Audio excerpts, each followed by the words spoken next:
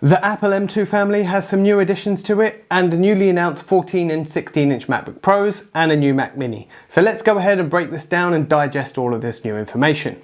We have two new processors, the M2 Pro and the M2 Max. The M2 Pro has a 200 gigabit per second memory bandwidth, while the M2 Max doubles this speed at 400 gigabits per second. Both chips contain 12-core CPUs, which houses 8 high-performance cores and 4 high-efficiency cores.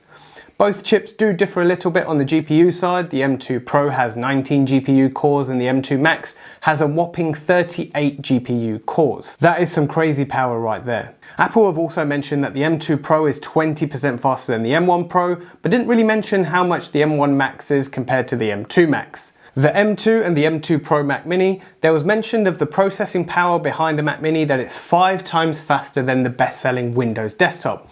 On that note, if you know what the best-selling Windows desktop is, do let me know down in the comments below because I'd love to see what that is. The Mac Mini is very aggressively priced at $599 US and £649 in the UK.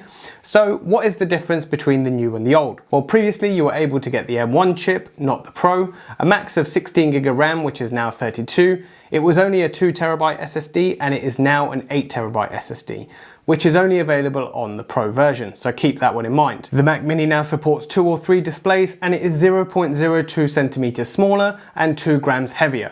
Nothing to boast about, but it's still something different from the previous version. Final upgrades to add on to the Mac Mini, it now has Wi-Fi 6E, Bluetooth 5.3, and on a side note, will we really be seeing Wi-Fi 6 around for much longer, considering the other networking brands are already talking about Wi-Fi 7?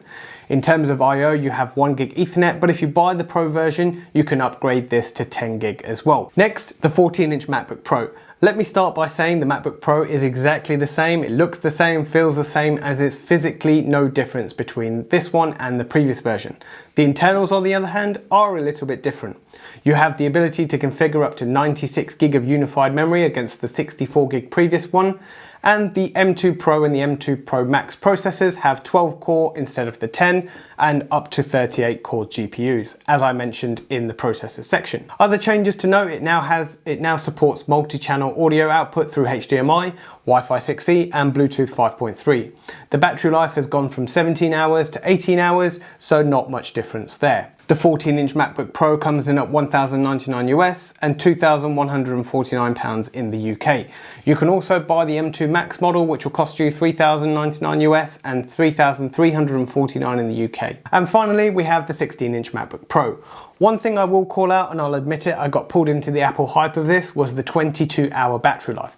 I was like, wow, this has got to be amazing. But much to my disappointment, when I went back and looked at the M1 16-inch, it showed me up to 21 hours of battery life. So for anyone who has an M1 16-inch MacBook Pro, how's your battery life? Let me know down in the comments below, because I don't think this is going to be too much more different. One thing I want to know is at the end of that press conference, they did a test where they all used the machines. They said the battery life wasn't running low, but what was the percentage? They never really mentioned it. So that's one thing I'm really curious on. Just like the 14-inch MacBook Pro, I won't go through the specs all over again. You have exactly the same options as the 14-inch, except it's a bigger screen. Just hold that thought again, there is one physical difference versus the previous version of the 16-inch and it's 0.1 kilograms heavier. Make sure you get yourself down to the gym if you are carrying this one around. The 16-inch MacBook Pro model comes in at $2,499 US and $2,699 in the UK. Also, if you want to buy the M2 Max model, that comes in at $3,499 US and $3,749 in the UK. I have a couple of these models coming next week, so if you haven't already, hit the subscribe button and the bell notification and you'll be notified when those videos come out. Also, let me know if you're happy or disappointed or what you're feeling about the latest Apple update. This is InsideWire, and I'll see you in the next one.